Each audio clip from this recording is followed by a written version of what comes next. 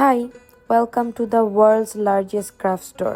আড়ং তাদের সবথেকে বড় ফ্ল্যাগশিপ আউটলেটটি ওপেন করেছে ধানমন্ডিতে। আর আমি অ্যাজ আড়ং লাভার যদি সেখানে না যাই তাহলে কি সেটা হয়?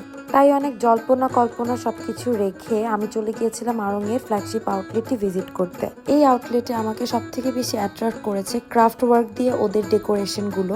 যেমন ঢুকতেই চোখে পড়ছে এই আর্টওয়ার্কটি, এটাকে ওরা ভর্তা রাখার বাটি, পিঠা বানানোর সাজ, ট্যাপা পুতুল এসব দিয়ে ডেকোরেট করেছে।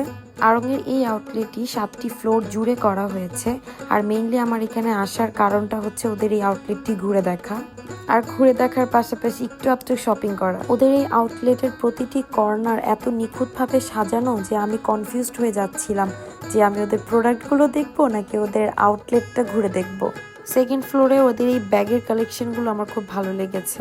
তবে আমি মেইনলি এসেছিলাম ওদের শাড়ির কালেকশনগুলো দেখতে, তাই আমি ওয়েট করছিলাম কখন ওদের শাড়ির সেকশনটাতে আমি যাব আর ওদের এইবার ঈদের কালেকশনগুলো দেখব।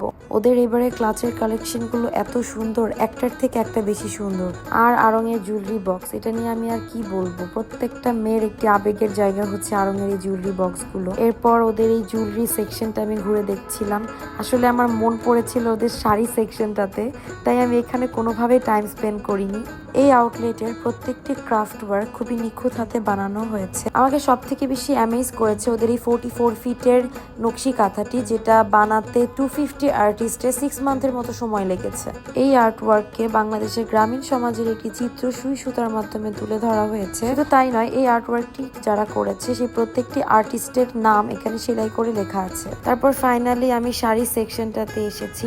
আমার মতো যারা শাড়ি লাভার তাদের কথা চিন্তা করে ওরা পুরো একটি ফ্লোরই রেখেছে শুধুমাত্র শাড়ির জন্য।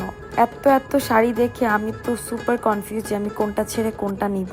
এরপরে শুরু হয় আমার একটার পর একটা ট্রায়াল দেওয়া। তারপর এত কনফিউজড হয়ে যায় এবং মন চাচ্ছিল একসাথে সবগুলো নিয়ে যাই।